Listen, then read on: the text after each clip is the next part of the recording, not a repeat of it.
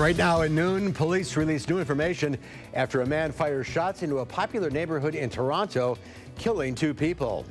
Plus, hear from a teen who survived last week's duck boat disaster as investigators pull the boat from the bottom of a Missouri lake. And a war of words between President Trump and the president of Iran. The tough talk taking place between the 2 leaders. That's today at noon. This is News 3 at noon. Good afternoon, everyone. I'm Mark Kane. Thanks for tuning in to News 3 on this Monday afternoon. Hope you all had a nice weekend. We'll get to those stories in just a bit. But first, let's head over to the Weather Center.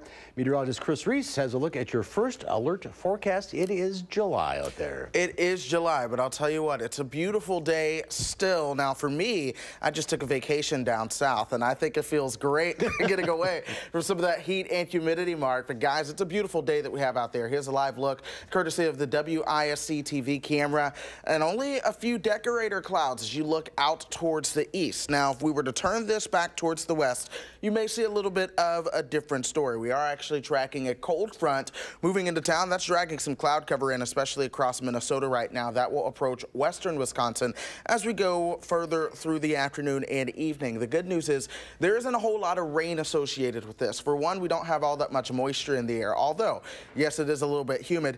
2, this cold front's really a weak cold front, so it doesn't have a lot of energy to work with to really even produce a whole lot in the way of rain, but it'll work its way on through here. We're at 79 here in Madison. Check out where the cold front is, 81 in Minneapolis, so you're not going to see a big change in temperature either behind that cold front. There's a better cold front coming in through the middle of the week that'll bring our temperatures down. But we'll top out into the low 80s today, cooling down towards about 69 degrees as we get you towards about midnight mark. And then, of course, I will talk about those rain chances that we'll see midweek with the cold front coming in Wednesday and into Thursday. All right, we'll see you in a few minutes. Thank you, Chris. Top of the news today, police say there are still significant safety concerns following this month's deadly explosion in Sun Prairie. The state fire marshal's office is still investigating the circumstances surrounding the gas leak explosion in the area of West Main and North Bristol Streets. Police have completed their own site investigation and have released the scene to the city's building inspector and public works director. A fire captain with the Sun Prairie Fire Department died during that explosion. More than a dozen people are trying to recover after a mass shooting in Toronto. 2 people died when a man began shooting at a popular neighborhood in the city late last night. The shooter is also dead. It's unclear if he was shot by police or shot himself. Police are trying to figure out what prompted the shooting. A police official tells CBS News that they do not believe the shooting is terrorism or gang-related. Toronto police have deployed dozens of extra officers to its streets following a recent spike in gun violence. There are far too many people carrying around guns in our city and our region who should not have them. It's a rapid fire and then to be a pause and some more fire. We didn't know what it was. We saw people starting to run in our direction. The shooting comes a few months after a man drove a van into pedestrians in Toronto, killing 10 people and injuring 14 others. Crews removed the capsized duck boat from the bottom of a Missouri lake. It'll now look at evidence to see how it sank last week, killing 17 people. Federal investigators are trying to find out what the captain knew about the weather before he and 30 passengers faced 73-mile-an-hour winds and 4 to 6 foot waves. 14-year-old Lauren Smith made it out alive, but lost her father and brother. She said the duck boat began filling with water. I went up and I saw someone struggling. I went up to push up their feet so they could get help. But the waves were too big. I couldn't go back to save that person. Ripley Entertainment, which owns Ride the Ducks Tour in Branson, hired a private inspector to examine 24 of its amphibious boats in August of last year. The man who inspected the boats says he explained to the company that the engine exhaust pipes at the front of the boat could allow water to get in during bad weather, which would cause the engines to fail. President Trump did not mince words when he tweeted at the president of Iran. In all caps, he wrote, "Never ever threaten the United States again, or you will suffer consequences the likes of which few throughout history have ever suffered before." Yesterday's Iran's president threatened the president, saying, "Don't play with the lion's tail. This will only lead to regret." President Trump pulled America out of the Iran nuclear deal back in May, and the U.S. will reimpose oil and banking sanctions against Iran next month. Yesterday, Secretary of State Mike Pompeo called on Iranians to stand up to their own government. The level of corruption and wealth among Iranian leaders shows that Iran is run by something that resembles the mafia more than a government. Iran responded to Pompeo's remarks, saying the U.S. is trying to interfere in state matters. The Prime Minister of Israel kicked off his cabinet meeting today, praising Trump for taking a tough stand against Iran. Iran has pledged to destroy Israel in the past. Madison city leaders are continuing conversations today about what to do with a Confederate monument in a cemetery on Madison's west side. Now, back in April, the Common Council voted unanimously to remove the smaller of the two monuments in Forest Hill Cemetery's Confederate rest. Now, the Parks Division wants to remove the larger one as well. Both are being offered to either the State Historical Society or the Wisconsin Veterans Museum. If they don't want them, the two headstones will be kept in storage. The EAA Air Venture officially starts tonight, making a small airport in Oshkosh the busiest airport in the world this week. More than 500,000 people from 80 different countries will be at Whitman Regional Airport for the event. More than 10,000 planes fly in for the celebration. There'll be air shows, aerobatics, and workshops held at Air Venture through Sunday. There's more to come on News 3 at noon. Up next, we'll see what Howard's working on in the Mr. Food Test Kitchen. Today, we're making a fill-you-up main dish that's so good, you won't have to turn your oven on all summer long. So stick around, and I'll show you what I mean.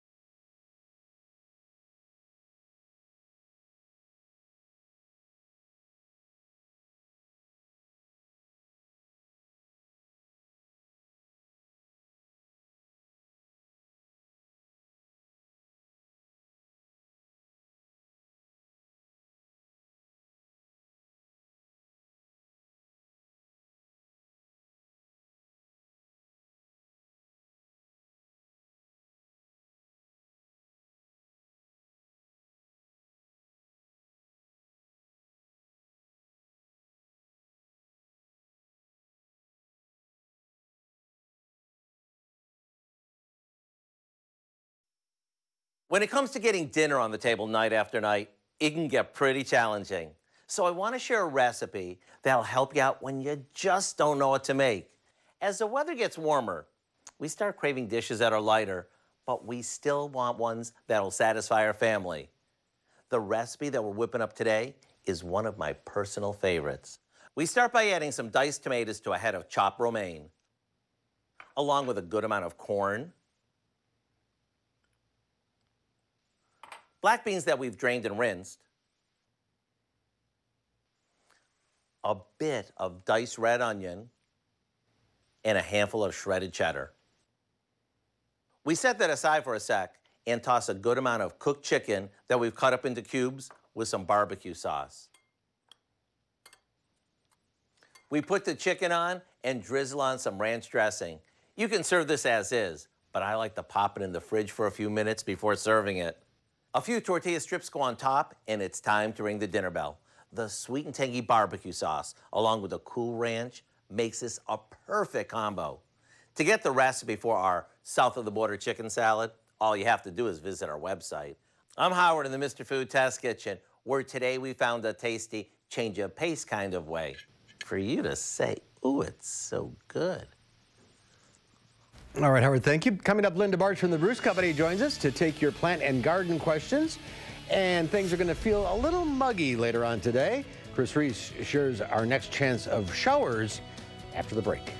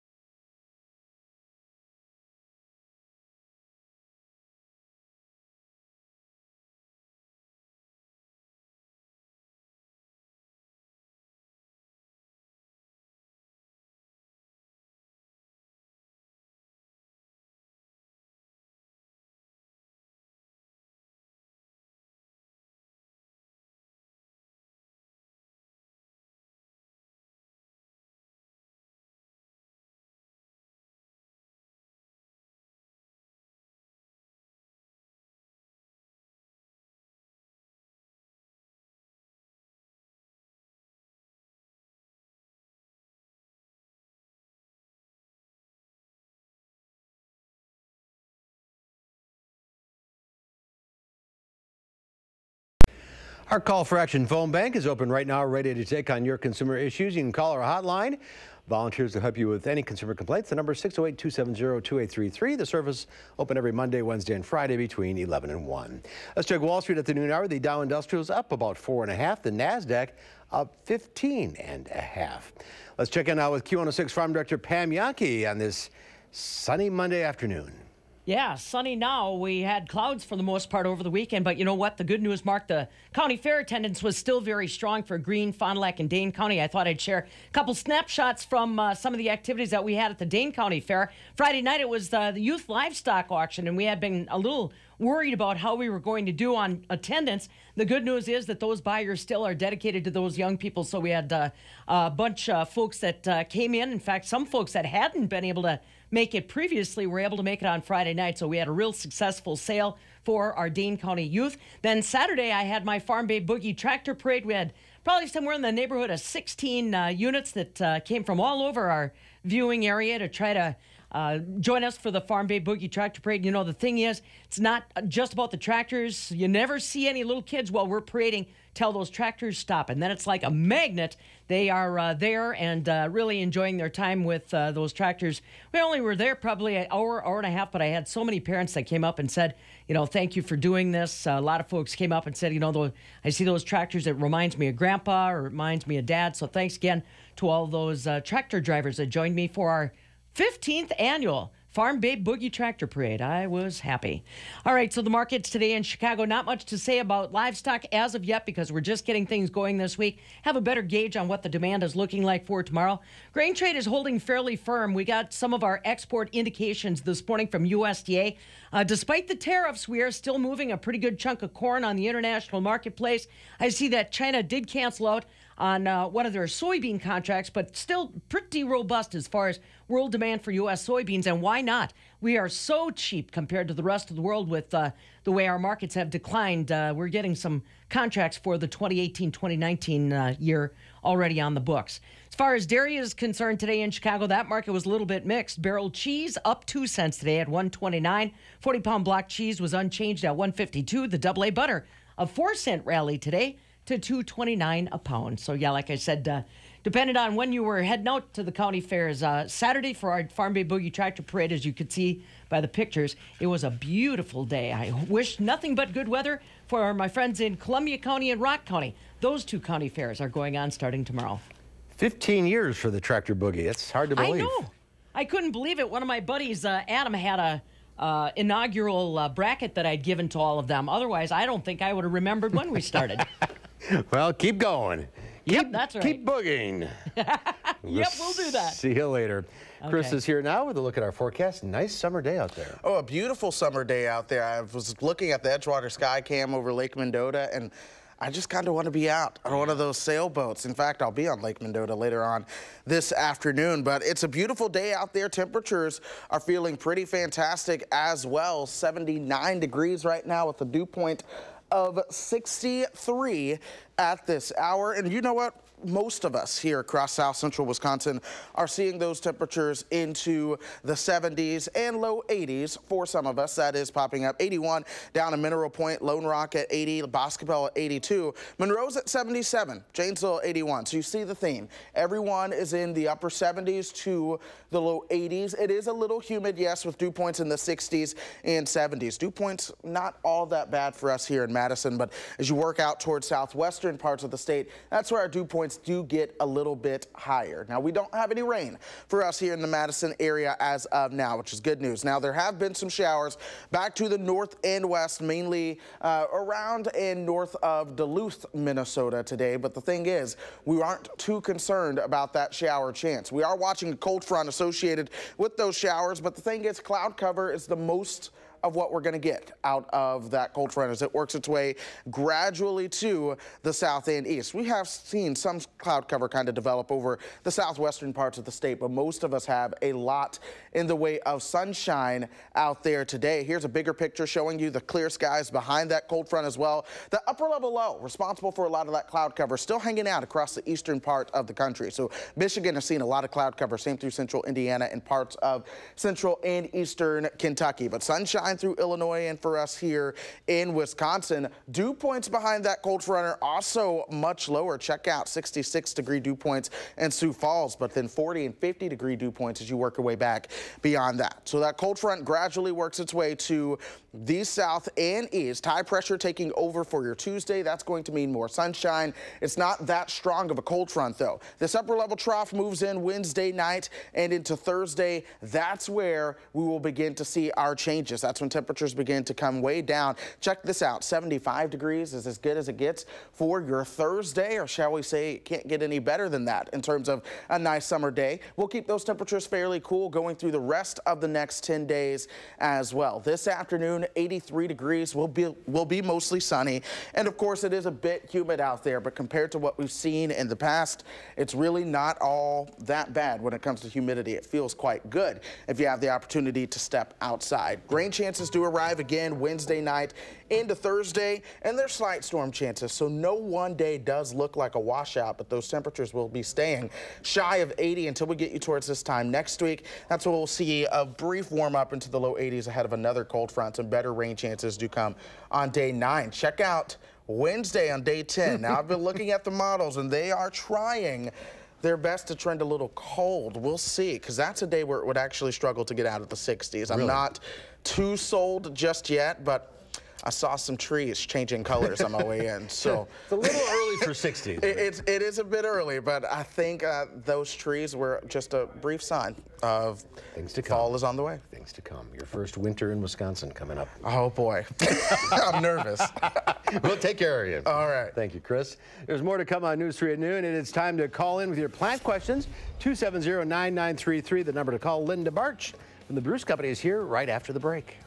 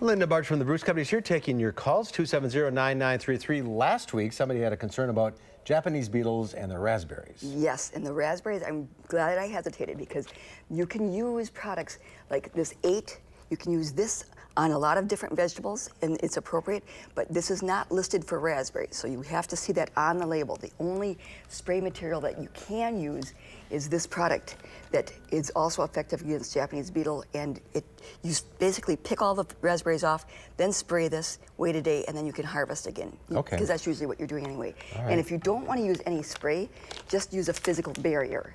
This is like a cheesecloth, great big cheesecloth material. You can actually put it over the raspberries and protect the fruit.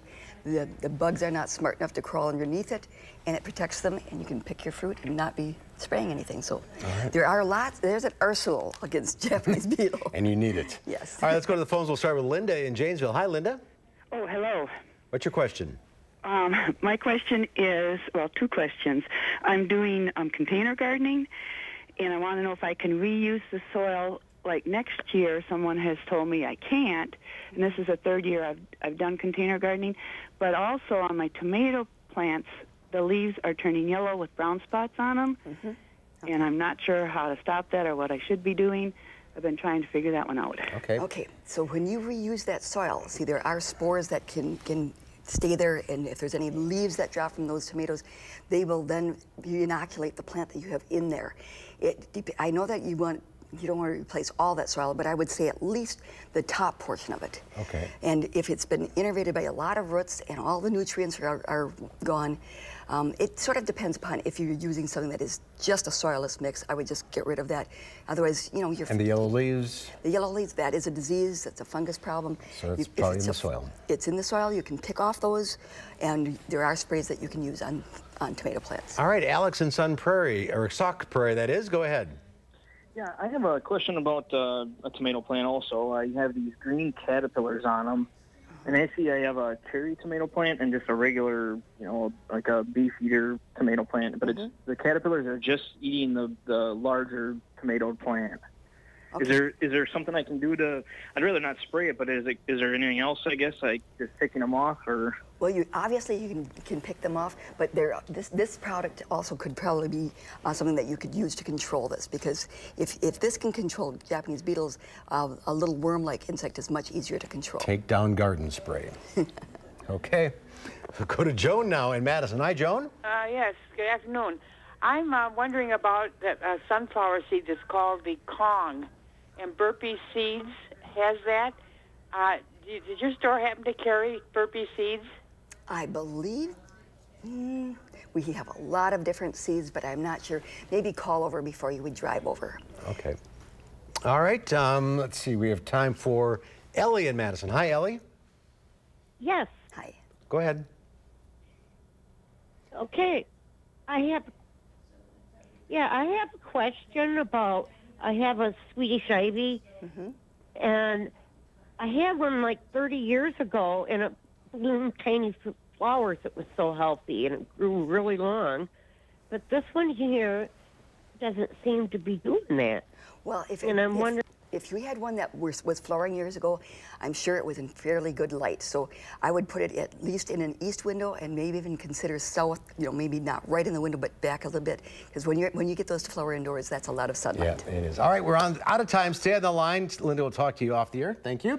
Chris has a brief look at the forecast. That's right. We have talked about the fact that it's a little bit humid out there, but it's not too bad. We're going to see those dew points pretty much staying in the low 60s all day long. Plenty of sunshine, temperatures topping out in the 80s. All right. We'll see you back here at 4. Have a great afternoon.